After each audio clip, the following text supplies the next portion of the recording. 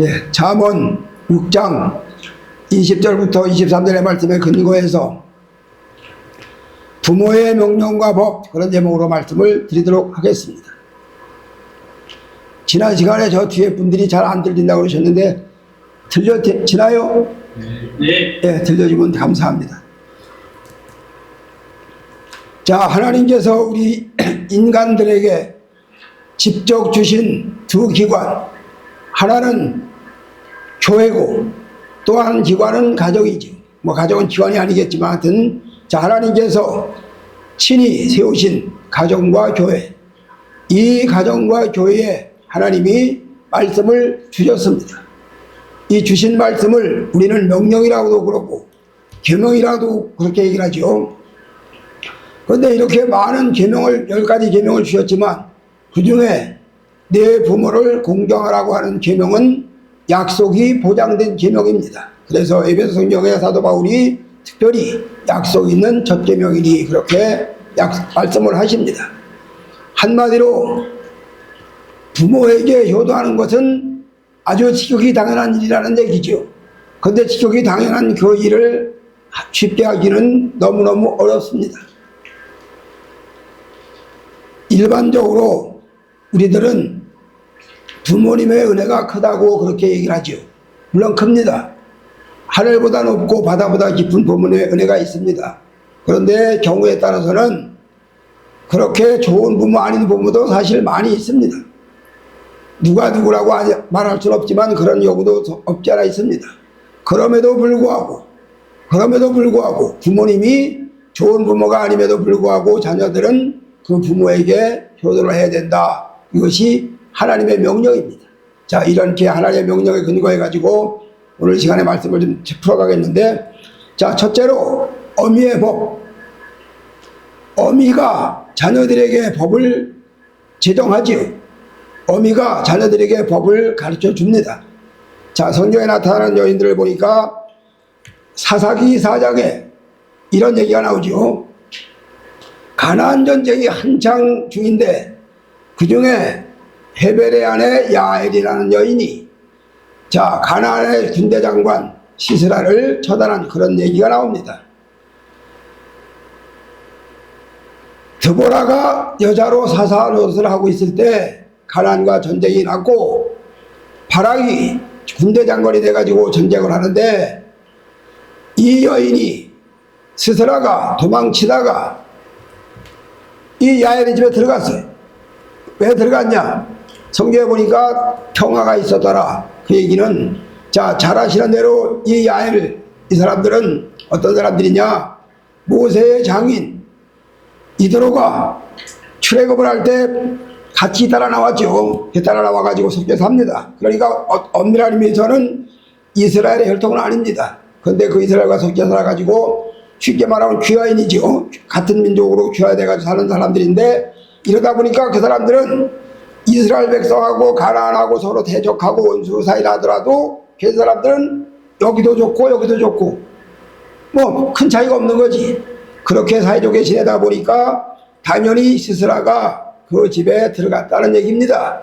그런데 이 여인이 기질을 발휘해가지고 좀 성경적으로 말하면 너무 끔찍하지. 잠들게 하고 물을 달라고 하니까 물 대신에 엉킨 젖을 주고 잠재우는 다음에 그 다음에 이불을 물 적신 두꺼리를 갖다 덮고 잠든 다음에 거기다 말뚝으로 쳐서 처단했다. 사람을 처단한 게 어떻게 그게 잘한 일이겠습니까? 그러나 구속사적인 면에서 볼 때는 기지지, 기지. 순간적인 기지, 순발력이죠. 그렇게 해서 이스라엘이 이기도록 그렇게 했다. 그래서 그 야엘의 기지를 이야기합니다. 물론 오늘 우리 어머니 주일에서 그 어머니가 아들에게, 딸에게 법을 말한 건 아니지만 흘러가는 맥락을 볼 때 이렇게 기지가 있는 그 여인이 아들, 딸인들, 손자, 손녀들인들 얼마나 좋은 교훈을 했겠습니까? 여기는 나타나지 않지만 미루어 짐작할 때 그렇다는 얘기죠. 그렇게 해서 이 여인으로 인해 가지고 가나안 전쟁에서 이스라엘은 승리를 거뒀다. 길게, 만약에 시스라가 안 죽었다면 전쟁이 더 길어졌겠죠. 근데 시스라가 처단됨으로 인해 가지고 전쟁이 끝났어. 이스라엘은 대승리를 거뒀습니다. 또 한 여인 아비가일, 사무엘상에 나오죠. 자, 이 여인도 역시나 같은 맥락의 여인인데 이 여인을 가리켜서 성경은 뭐라고 얘기를 하냐면 명철한 여인이다 그렇게 얘기를 합니다. 또 제가 처음에 교회 나가서 성경 읽을 때 이걸 읽으면서 참 이해가 안 됐어요. 아니 자기 남편의 영혼은 물맷돌같이 던져짐을 당하고 다윗의 영혼은 하나님의 생명사회 속에 보호를 받는다? 아니 그 사람 자기 부인 맞아요. 자기 부인이 남편을 향해서는 물맷돌같이 던져짐을 당해라. 그 다음에 다윗의 영혼은 하나님의 생명사회 속에 보호를 받는다. 그렇게 얘기를 하면서 충돌을 막는 거지요. 만약에 그 여인이 아니었으면 다윗의 그 종자들이 400명이 칼을 차고 가니까 그러면 400명이 칼을 찼다는 얘기는 그 나발의 목장의 인원도 400명이 넘는다는 얘기가 되지 않겠어요. 400명이 넘는 그 사람들을 처단하려니까 다윗의 종자들도 400명이 칼을 찼어. 그러면 일대 참극이 벌어졌겠죠. 이거를 이 여인이 미리 와가지고 중간에 가로막고 미연에 방지하는 거지. 그러면서 하는 말이 그자는 내 주께서 처단하지 않아도 자동적으로 처단될 터인데 훗날 내 주가 나라를 얻게 될 터인데 분명히 그때쯤 돼서 무고한 사람을 처단했다는 그런 이야기가 따라붙지 않도록 그렇게 해달라는 얘기를 하는 겁니다. 지금 그렇게 하고 거기서 나온 말이 그 말이죠. 무슨 얘기냐? 인간적인 눈으로는 이해가 안 되는 얘기지만 이 아비가일은 하나님의 구속사를 알았다는 얘기입니다. 성경에 보면 명철한 여인들이 하나님의 구속사를 잘 아는 경우가 허다하거든요. 바로 이 구속사를 알기 때문에 이렇게 고백을 하는 거고, 그로 인해 가지고 성경에는 명철한 여인이 그러면 대명사가 바로 아비가일이에요. 자, 이 여인도 역시나 그럼 이 여인의 그 아들이 성경에 두 군데 나오는데 한 군데에서는 그 아들 이름을 길르압이라고도 하고 또 한 군데에서는 다니엘이라고 그래요. 아들이 둘이 있는 건 아닌 것 같고 한 사람을 아마 그렇게 두 이름으로 불렀지 않았나 싶어요. 왜 그러냐 하면 아들이 둘이 있었다 그러면 둘이라고 분명히 기록할 텐데 그렇게 안 하고 그냥 아들이라고 그랬거든요. 그러니까 확실한 건 알 수가 없지만 어쨌든 길르압이라고 불렸던 다니엘이라고 불렸던 아들이 있었다는 얘기지. 아까 마찬가지로 이 야엘과 마찬가지로 이 아비가일도 아들에게 혹은 딸에게 뭐 손자에게 손녀에게 어떤 교훈한 일은 없어요. 그러나 이렇게 삶에 명철을 가진 여인이 아들 딸인들 제대로 잘 가르쳤다는 것 능히 집중할 수 있는 거죠. 바로 이런 맥락에서 어미의 복, 아까 장로님 말씀하는데 참 눈물이 퍽퍽 쏟아질 뻔해서 꾹 참았는데 어머니가 기도를 해주셨다. 너무너무 저는 부럽습니다. 저는 기도를 해준 어머니도 안 계시고 기도를 해준 아버지도 안 계시고 예수 안 믿는 참 완전 불신 가정에서 제가 먼저 예수 믿고 믿으면서 길을 가다 보니까 힘든 일이 너무너무 많아요. 남들 평탄하게 갈 수 있는 일도 나는 더 많이 힘들어서 가야 돼. 그래서 야, 기도해주는 분이 계신다는 게 이렇게 귀한 거구나. 기도하는 어머니가 계시고 기도하는 아버지가 계신다는 게 엄청난 복인 거구나. 목회사역을 하면서 수없이 절감을 합니다. 신학 공부를 할 때 우리는 열심히 성실하게 새벽에 일어나서 기도하고 또 주위 다 청소하고 하는데 3대째 믿는 다른 집안의 친구가 신학교에서 같이 공부를 하는데 이 친구는 새벽 기도가 뭐가 없어. 늘어지게 자다가 늦게 눈 비비고 일어나가지고 와서 식당에 와서 왜 반찬이 이러냐 뭐 밥이 왜 이러냐 이러면서 투정을 부려요. 그래서 사람들이 야 저거 뭐 저러냐 그러는데 목회를 잘해. 나중에 세월이 간 다음에 보니까 왜 그러냐, 배우의 어머니 기도가 있고 그 주위에 기도가 있어. 그래서 본인은 비록 모자르지만 좀 약하지만 주위에서 기도하는 그 기도의 힘이 엄청나게 강한 걸 절감을 합니다. 이렇게 어머니가 귀하지만 특별히 기도하는 어머니가 계신다는 건 너무너무 귀한 일이죠. 바로 이 야엘이라는 이 여인도, 아비가일이라는 이 여인도 성경에는 뭐 기도하는 어머니라고는 없어요. 그러나 이게 흘러가는 모든 맥락을 볼 때 기도하는 어머니고 자녀들에게 하나님의 법을 가르쳤지 않았겠는가 이런 짐작할 수 있는 거지. 이렇게 어미의 법을 볼 수가 있습니다. 그 다음에 두 번째로 아비의 명령. 어머니가 좋은 가르침을 하고 어머니가 아무리 잘 양육을 해도 아비가 또 이상한 짓을 하면 거기서 분명히 어려움이 따라오지요. 너무너무 힘들지요. 그런데 하나님이 복을 주셔서 어미도 하나님의 법을 잘 준행하고 지키고 가르치는 어머니고 아비도 역시나 하나님을 두려워하고 경외하는 그런 아비라면 이건 뭐 금상첨화지 더 이상 더 얘기할 수가 없는 정도로 축복이죠. 자, 성경에 나타나는 아비를 보면 역시나 마찬가지로 다 얘기를 할 수는 없지만 두 사람만 들어본다면, 자, 한 사람 성경에 거부, 큰 부자라고 거부자가 붙은 사람들이 3명 나오지요. 3대 거부. 그 중에 한 사람이 바르실레인데 이 사람이 다윗이 아들에게 반역을 당해가지고 아들이 아비의 임금자리를 뺏겠다고 덤벼들어가지고 다윗은 얼마나 급한지 맨발로 도망을 갔다고 그랬습니다. 얼마나 급한지. 압살롬의 군대가 쳐들어오는데 너무너무 급하니까 그렇게 해서 도망을 가가지고 어디까지 도망갔냐? 저 마하란까지 도망갔습니다. 요단을 건너가지고. 종자들이 피곤하지요. 우리 지금 우리말로 말하면 패잔병, 완전 패잔병 그런 모습을 가지고 건너왔는데 누구 하나 도울 사람이 없어.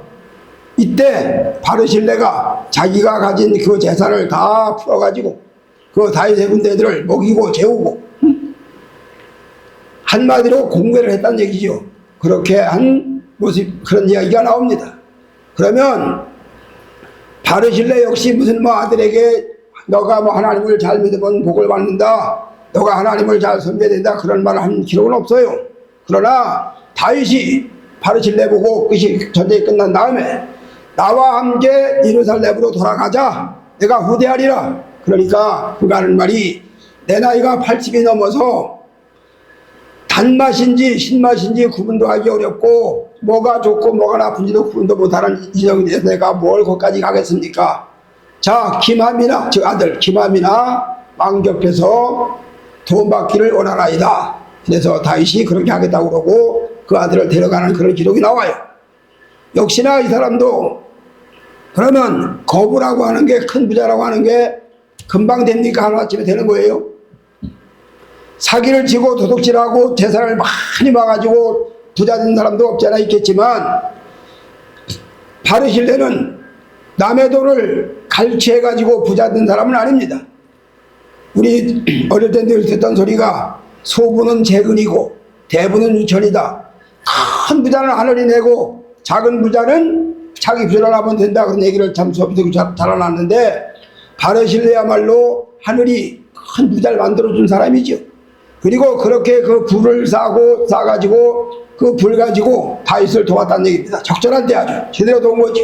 그렇게 해서 다윗을 도왔던 그 바르실레 역시 아비의 교훈을 성경에는 없어요. 그러나 그 성경에 없지만은 적어도 아비로서의 교훈을 제대로 했을 거라고는 아주 능히 미뤄 짐작할 수 있는 거죠. 그리고 자기 아들 김함을 다윗에게 부탁하는 걸 보면 아버지로서 충분히 가능한 얘기죠.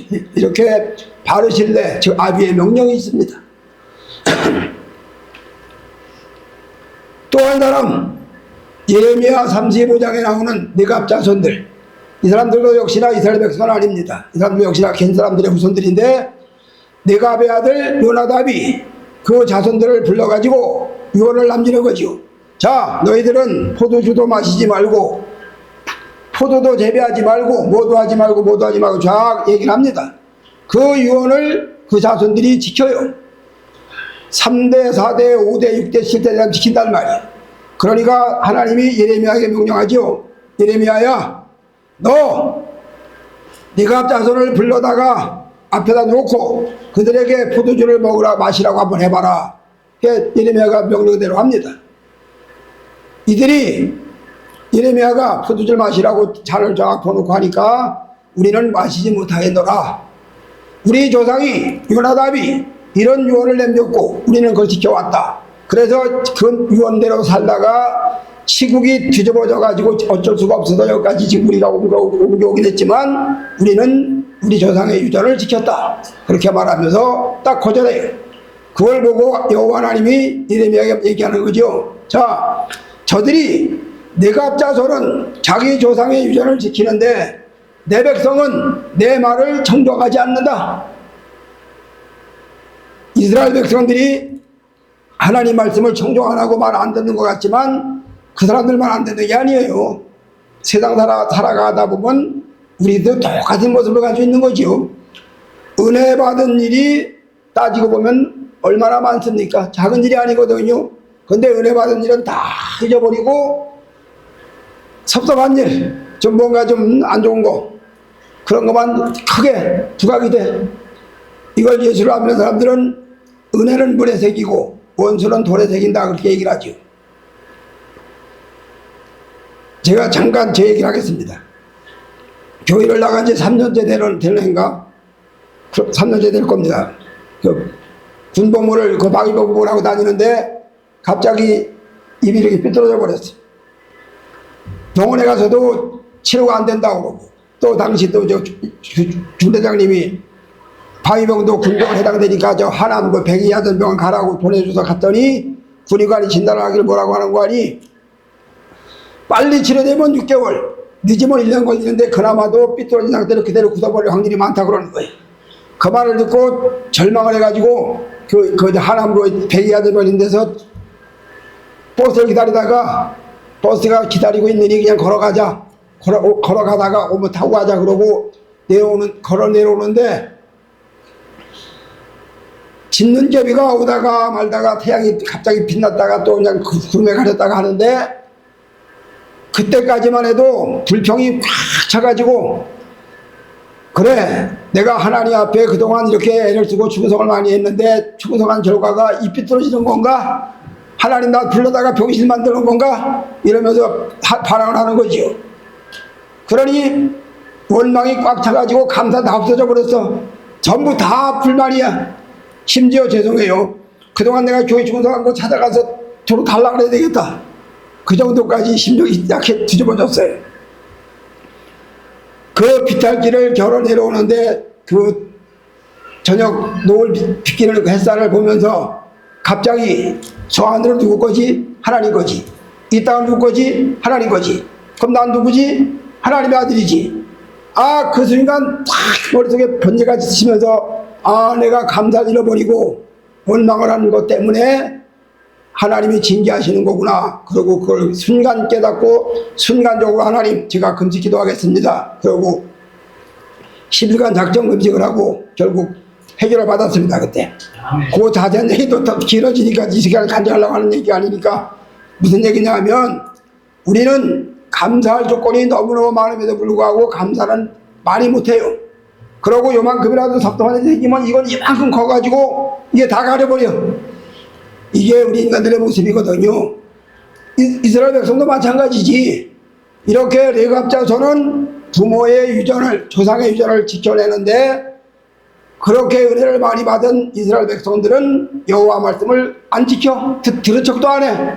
바로 이걸 예레미야에게 하나님이 말씀하는 거죠. 자, 봐라. 이렇게 레갑자손은 자기들의 조상의 유전도 지키는데 내 백성은 이걸 지키지 않지 않느냐, 탄식을 하는 그런 모습을 보면서, 자, 이 사람들이 무슨 얘기냐? 아비의 명령 잘 지켰다는 얘기입니다. 하나님의 말씀에 물론 근거했겠죠. 그 사람들도 물론 이스라엘 백성들의 피는 아니지만 같이 섞여 사는 귀합된 백성들이니까 당연히 하나님의 명령을 지켰겠죠. 그리고 그 명령에 근거해가지고 유전을 하는 거겠죠. 이렇게 인생길을 가는 동안에 어미의 법이 따라오고 아비의 명령이 보장되고 그런 삶을 사는 삶, 이런 삶을 성경은 뭐라고 말합니까? 복된 삶이라고 그러죠. 복 있는 사람이죠. 이렇게 우리 하나님께서 우리 모두에게 어미의 법을 주시고 아비의 명령을 주셨단 말입니다. 알지는 다 알아요. 부모에게 효도해야 되는 거 당연히 다 아는 얘기죠. 당연히 부모한테 효도해야 하는 거 아주 정당한 얘기입니다. 그런데 효도를 하는 분도 많이 계시지만 또 반대로 효도하지 못하는 사람도 또 상당히 많이 있습니다. 그러면 효도를 왜 하지 못하느냐? 원인을 따지고 들어가면 결국 선악과를 먹은 죄가 우리 속에 있고, 선악과를 먹은 그 죄의 결과가 저와 여러분을 다 반역자의 기질을 가지고 살게끔 그렇게 태어났단 말이죠. 그러니 이 반역자의 기질을 좋게 둘러 말하면 자존심이라고 그래요. 자존심. 그 자존심이 생기다 보니까 부모 자녀 사이에 무슨 자존심이 있느냐? 천만의 말씀입니다. 부모 자녀 사이에도 자존심 분명히 있어요. 이것이 강해지다 보면 내 의견은 이런데 어미 의견이 달라. 충돌이 생기죠. 그때에 하나님 말씀에 근거해 가지고 잘 순종하면 좋겠지만, 그게 아니고 반드시 우리 인간들은 합리화시키는 근성이 있거든요. 정당화시키는 속성이 있단 말이죠. 그러니 내가 끝까지 잘했어.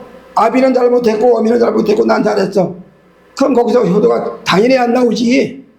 자, 이렇게 우리 속에 죄라는 것이 우리를 지배하고 움직이다 보니까 그 죄의 지배를 받으면서 자연스럽게 역으로 반역자가 되고 불효가 되고 나온단 말이죠. 이런 것들을 실행을 해야 되는데, 이걸 실행을 하려다 보니 인간의 능력이나 인간의 의지로는 한계가 있지요. 전혀 불가능합니다. 말씀을 듣고 성령 충만을 받으면 그때 모든 게 다 가능해집니다. 예, 예수 믿고 성령 충만을 한 경험을 하면, 저 같은 경우는 오늘 밤에 그 집회에 성령 충만을 받았어. 그 순간은 죄인도 원수도 다 친구가 되고 다 끌어안을 수 있어. 다 용서가 돼. 근데 그 성령 충만이 그 다음날 오후 4시까지 가더라고요. 그 지나가니까 다시 또 마찬가지야. 이놈 도로 비워지고. 무슨 얘기냐? 성령 충만을 받으면 모든 일이 주 안에서 가능해집니다. 그래서 찬송가 가사 그대로 죄인도 친구도 원수가 다 친구가 되는 거지. 그렇게 됩니다. 이게 마찬가지로 부모 자식 관계도 마찬가지거든요. 감정 대립이 생기고 의견 대립이 생기고 별게 다 나타나요. 안 나타날 수가 없습니다. 이건 나타나요. 그럴 때 하나님 앞에 기도하고 은혜를 구하면 길이 열려요. 길이 열려요. 네. 반드시 열립니다. 예수님이 발모섬에 있는 사도 요한에게 나타나가지고 7 교회를 말씀을 하죠. 상징이죠. 대표로 말씀하는 거죠. 그러고 너희들이 너네 교회는 요런 문제는 잘했고 이 문제는 뭐 잘못했다. 그러면서 이기는 자에게 내가 생명나무 실과를 먹게 한다. 이기는 자에게 신돌에다가 이름을 새겨주겠다. 이기는 자에게 이렇게 해주겠다는 약속을 보장한단 말이죠. 그 무슨 얘기냐 하면, 우리는 땅에 사는 동안에 필연적으로 죄와 악과 싸워야 돼. 그 죄와 악 속에는 부모한테 불효하는 죄도 포함되어 있습니다. 사실 김동길 교수가 쓴 책인가 한번 읽다가 그걸 봤는데, 맹산인가 자기가 고향인데 그 동네에 효자 소리 듣는 아들이 친구가 하나 있고, 또한 친구는 불효자 소리 듣는 두 친구인데, 그 불효자 소리 듣는 친구가 도대체 효자 소리 듣는 친구는 왜 효자 소리 듣나 해가지고 좀 배우려고 그 친구 집에 가서 하룻밤을 같이 잤답니다. 똑같더래. 자기하고 별거 없더래. 근데 아침 새벽이 되니까 그 친구가 자기 아버지 옷을 이렇게 입고 앉았더래. 그게 왜 그러냐 그러니까 우리 아버지 이거 차지하려고 덮여드리려고 입고 앉았다고 그러더래. 아, 효자 별거 없네 저거구나. 그러고 자기도 집에 와가지고 그 다음날 일찌감치 새벽에 일어나가지고 아버지 옷을 입고 앉았다가, 아버지가 일어나가지고 옷 찾다가 없으니까 여기 입고 앉았습니다. 그러니까 못된 놈이 나중에 애비 옷까지 입냐? 그러니까 그 아들이 하는 말이, 아이고 효자도 아무나 하나, 애비가 태효자가 효자가 되지. 그랬다는 얘기를 그 책에도 읽은 적이 있는데, 이걸 우리는 이렇게 말하죠. 부모가 온 효자가 돼야 자식이 반효자 된다. 그래, 그 말이에요. 무슨 얘기냐면, 아비와 어미가 잘못하는 길을 가는데도 자녀가 효도하기는 참 너무너무 어려워요. 그럼에도 불구하고 하나님은 효도를 이야기합니다. 저는 예수 믿으면서 제일 어려운 날이 어버이 주일이에요. 어버이 주일 설교하기가 너무너무 힘들어. 그런데도 목사님이 또 아버지 설교하래 또. 왜 그러냐? 저희 아버지 할머니 얘기하려면 책을 읽어서도 모자라요. 아마 그런 아버지 어머니는 아마 할머니는 없을 겁니다. 자기 자식이 잘 되나 봐라, 너는 망하게 해주겠다고 방해를 놓겠다는 얘기야. 그럼 왜 방해를 놓냐? 당신들은 부모의 권세를 가지고 있기 때문에 당연히 좋은 밥에 좋은 옷에 좋은 잠자리를 받을 권한이 있다는 거야. 그러니 아비밥상에 고기가 없으면 엉덩이 살이라도 벼서 거울질하는 얘기야. 그렇게 해주면 아무 소리 안 하고, 그렇게 안 해주면 너는 나쁜 놈이라고 소문내가지고 동네방네 너는 장래 망쳐놓겠다. 그게 어떻게 아비의 부모의 마음이겠습니까? 그게 예수 믿고 은혜 받고 보니까 아, 이것이 바로 마귀의 역사였구나 하고 깨달았지만, 예수 믿기 전에는 도무지 불가야. 아니 저런 부모가 어딨나. 그러니 당연히 반발하지요, 반항하지요. 그러니 당연히 또 부모에게 반항하면 돌아오는 게 뭐겠어, 불효자라는 얘기지. 그래서 이런 모든 걸 볼 때 부모가 자식들한테 좋은 조언을 하는 것이 효도의 길잡이지만, 그게 어디 뭐 마음대로 되는 겁니까? 그게 다 무슨 얘기냐? 하나님의 말씀에 서야, 성령과 은혜에 충만해져야 이것도 가능해지는 겁니다.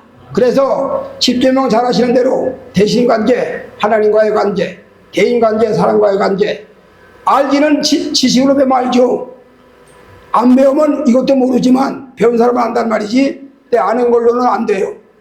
아는 거를 행할 수 있는 힘이 와야 되는데 그 힘이 바로 성령 충만이죠. 말씀 충만이죠. 이게 그렇게 말씀 충만과 성령 충만을 받으면 자연히 성경에서 가르친 대로 순종을 해가죠. 이런 경우를 스가랴가, 자, 예수님보다 400년 전에 앞서 활동했던 그 스가랴가 그렇게 예언을 하죠. 힘으로도 아니 되고 능으로도 아니 되고 오직 여호와의 신호로 되느니라, 그렇게 말씀을 합니다. 이렇게 신호된다고 말씀을 해요. 오늘 우리 속에 얼마나 많은 이 악성이 꽉 찼는지 말로 다 못합니다. 자꾸 제 얘기를 해서 죄송한데, 백운대 산상기도를 91년도 10월 달에 올라갔어요. 왜 올라갔냐? 또 좋지 않은 얘기가 또 나오는데, 자, 목회를 하는 아들 집에 아버지가 계셔. 신방 나갔다가 오니까 주머니 털털 털어봐야 라면 서너 개 살 돈밖에 안 나와. 그거 사가지고 우리 아버지하고 우리 애들 끓여드리고, 우리는 그냥 굶식이야 그냥. 그런 참인데 마침 그 옆집에 사는 다른 교회 나가는 집사님이 찰밥을 한 장푼 해가지고 가져왔어. 그만 가만히 계셔도 드릴 텐데 라면 드시고는 색 나가가지고 밖에다 나가서 아, 그놈의 새끼들이 저들은 밥 처먹고 나는 라면 주더라고. 그러니 모양새가 어떻게 되겠습니까? 속에서는 부글부글 끓지만 만약에 목사가 또 부글부글 끓는 거 표시했다가는 그나마도 목이 다 때려치워야지. 그러니 속으로는 부글부글 끓지만 겉으로는 아유 아버지 뭐 어째서 여기 뭐 참 아주 어장스럽지. 그러고 넘어가. 그 대신에 속에서는 끓다 보니까 이게 뭐가 어떻게 생기겠어. 신경성 근육마비, 신경성 두통, 신경성 소화불량. 야, 이대로 가다가 내가 나이 36에 죽겠구나. 살으려고, 안 죽고 살으려고 병원대기도 올라갔어. 올라갔더니 하나님이 개인 기도하러 올라간 나에게 구국기도 명령해가지고 나라민족 기도하라 해서 10년 기도하다가 참 산나기도 마감을 했는데, 그때 그 기도하고 다니면서 얼마나 우리 속에 조직신학에다 배운 얘기거든요. 죄 아래 살고 죄의 지배를 받고 우리가 죄가 엄청나게 많고 머리털 같은 많은 죄가 있고 지식으로는 다 알고 배웠는데, 기도하면서 내 속에서 이 악과 독이 제거되는데 사방간 몸에서 다 나갑니다. 3년 동안을 나가는데 난 그렇게 많은 양의 악과 독이 내 속에 있다는 건 상상도 못했어요. 어느 날 하나님께서 영상 환상세계를 열면서 거대한 가시나무를 보여줘. 그거를 위에서부터 요만큼씩 잘라내. 계속 잘라내. 마지막에 다 잘라내고 뿌리 뽑았어. 이게 뭐지? 그랬더니 그게 바로 너의 모습이다. 우리 속에 있는 가시 같은 이런 모습이 있어. 또 한 번은 하얀 바위가 있어. 이거를 5만원 뜯어가 부셔가지고 부스레기 요망이 잘라내, 떼어내. 매일 잘라 주러치다 보니까 나중에 다 처리가 됐어. 이게 뭐지? 그러니까 네 속에는 교만이다 말씀하는 거예요. 네. 자, 육성, 교만. 말은 단어는 간단하지만 이거 처리하는 게 물론 내 힘으로 처리하는 게 아니라 하나님의 능력으로 은혜로 처리가 되는 거고, 다만 우리는 기도와 말씀으로 거룩해져 가니까 기도의 싸움을 하는 거죠. 그런 기도의 싸움을 하는 과정에서 그런 걸 경험을 했더라 이 말이에요. 이 경험한 걸 중요한 게 아니고, 무슨 얘기냐면 우리 속에는 하나님을 향한 반역자의 기질, 우리가 잘못돼서가 아니라 아담부터 받은 건 뭐 어쩔 방법이 없어. 이건 태어난 거니까. 그래서 이런 반역자의 기질이 구원받고 은혜 받았다 하더라도 금방 갑자기 성화된 게 아니고, 비유로 말하자면 대한민국 땅이지만 지리산에 빨치산들이 지배하고 있는 동안에는 빨치산 세상이야. 그거 토벌해야 돼. 그래야 대한민국 행정권이 행정력이 미쳐요. 마찬가지로 물과 성령으로 거듭나가지고 주의 자녀가 되었고 하나님의 백성이 됐지만 아직도 악의 지배를 받는 부분이 너무 많단 말이에요. 이걸 말씀과 기도로 날마다 싸워간단 말이죠. 이걸 점진적인 성화라고 그러는데, 이렇게 점진적 성화가 이루어가는 이 과정 속에 이렇게 돼가다 보면 우리 속에 있는 악성이, 우리 속에 있는 죄성이, 그리고 부모한테 고역하는 이런 모든 것들이 다 정리가 됩니다. 예, 아멘. 예, 이렇게 힘들게 아버지를 14년을 모시고 사는데, 그래도 천만다행으로 세상 가시기 4개월 전에 갑자기 어느 날 저보고 그래요. 네가 그렇게 훌륭한 사람인 걸 내가 몰랐구나. 그 얘기를 하고, 그러고 4개월 있다 돌아가셨는데, 오늘 우리 모두는 다 부모는 비록 경우에 따라서 악한 부모가 있을지 모르지만 하나님은 그런 부모를 향해서 너 부모가 악하니까 너도 악해라, 그건 아니에요. 부모가 악하지만 너는 부모의 악한 것을 기도하면서 효도를 해라. 이게 하나님의 명령입니다. 아무쪼록 우리 모두가 다 어미의 법과 아비의 명령을 받았어요. 이 법을 잘 실행을 해서 여호와 하나님 주신 이 말씀에 붙들려서 하나님 앞에 영광을 돌려드리는 우리 모두가 다, 그래서 효자 효녀가 되는, 또 부모로서 존재감을 잘 나타내는 그런 역사가 있어지시기를 주의 이름으로 축복해 드립니다. 아멘. 하나님 아버지,